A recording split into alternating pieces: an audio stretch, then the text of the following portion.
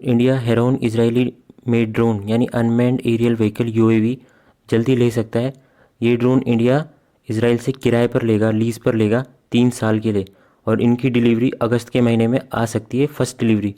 ये drone capable हैं 35,000 feet तक 45 घंटे तक उड़ान भरने के लिए, और कई सारे एक्सपर्ट कह रहे हैं कि ये इफ़ेक्टिव होने के साथ साथ सस्ते भी हैं। अब जिन लोगों को पता नहीं होगा कि इंडिया वेपन भी लीज़ पर लेता है, वो लोग सोच रहे होंगे कि हमारी 3 ट्रिलियन की इकोनॉमी है, धीरे धीरे वो 5 ट्रिलियन की भी हो जाएगी, लेकिन हम लोग लीज़ पर वेपन्स ही क्यों ले रहे हैं, हम उन्हें ख़रीद भी सकते हैं।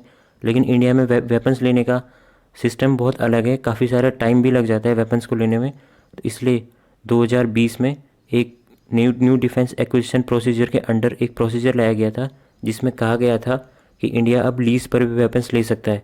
उसके बाद से इंडिया ऐसे क्रूशल वेपन्स या फिर अनमैन्ड एरियल व्हीकल यानी ड्रोन लीज़ पर भी ले रहा है। ऐसा नहीं है कि इंडिया केवल इजरायली मेड ड्रोन ही किराए यानी लीज़ पर ले रहा है, इंडिया ने अमेरिकन मेड ड्रोन भी लिए हैं, जो कि 2 ड्रोन हैं।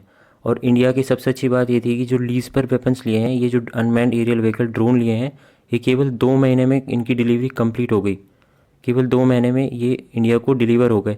और अगर इंडिया यही ड्रोन परचेज़ करता खुद से, तो इंडिया को कई साल, 2 साल, 3-4 साल तक लग सकते थे इन ड्रोन को परचेज़ करने में।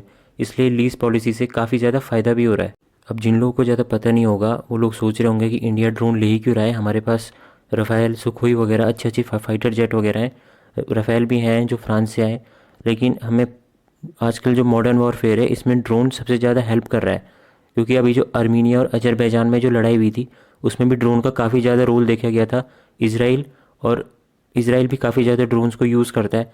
तो ये हमारे हमारे लिए ड्रोन एलएसी जो लाइन ऑफ एक्चुअल कंट्रोल है चाइना के साथ, उसमें भी जो उनकी एक्टिविटीज़ हैं उन पर नज़र भी रखने के लिए ड्रोन काम आ सकता है।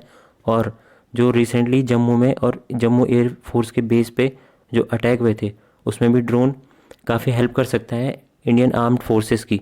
इसलिए हमारे देश के लिए ड्रोन बहुत ज़रूरी है, और इससे हम मॉडर्न वॉरफेयर में भी अपनी एक अच्छी पकड़ बना लेंगे। बात ये कि मेड इन इंडिया ड्रोन भी हैं क्या हमारे पास? तो हाँ, मेड इन इंडिया ड्रोन भी हमारे पास हैं। हमारे पास रुस्तम नाम का ड्रोन है, जो डीआरडीओ यानी डिफेंस रिसर्च डेवलपमेंट ऑर्गेनाइजेशन ने बनाया। ये 2009 में इसने सबसे पहली उड़ान भरी थी। इसका पहला था रुस्तम 1, फिर था रुस्तम एच मेल, फिर अब जो लेटेस्ट ड्रोन है रुस्तम सीरीज़ का, ये है TAPAS-BH-201 रुस्तम 2। ये रुस्तम 2 सबसे लेटेस्ट डीआरडीओ का ड्रोन है। ये मेड इन इंडिया ड्रोन है। अभी जो रुस्तम ड्रोन है, ये डीआरडीओ का लेटेस्ट ड्रोन है, रुस्तम 2। ये रुस्तम सीरीज़ का सबसे नया ड्रोन है, और ये काफ़ी ज़्यादा इम्प्रूव ड्रोन भी है। रुस्तम सीरीज़ में डीआरडीओ ने इसमें काफ़ी इम्प्रूव किया है खुद को। ये जो हेरॉन इजरायली मेड ड्रोन है, वो उसके जितना तो नहीं, पर ये 18 घंटे तक 27,000 फीट तक आराम से उड़ सकता है। भले ही इसमें इसराइल की जितनी कैपेबिलिटी ना हो, जो इजरायली मेड ड्रोन है जिसको इंडिया किराए पर ले रहा है, वो 45 घंटे तक 35,000 फीट पर उड़ सकता है। लेकिन धीरे धीरे डीआरडीओ इस पर काम कर रहा है, और जल्दी डीआरडीओ काफ़ी इम्प्रूव हो जाएगा ड्रोन बनाने में। अब कई सारे एक्सपर्ट्स ने कहा था कि अगर डीआरडीओ इस made in India Rustam 2 drone पर अच्छे से काम करता है, अपने आप को काफ़ी इम्प्रूव करता है, तो Israeli as well as American drone को भी हटा देगा इंडिया से, उनकी जगह ले लेगा। और ये इंडिया के लिए काफ़ी अच्छी एडवांटेज होगी मॉडर्न वॉरफेयर में। इससे मॉडर्न वॉरफेयर में इंडिया अपनी काफ़ी अच्छी पकड़ बना लेगा, जो भी इंडिया की उतनी है नहीं।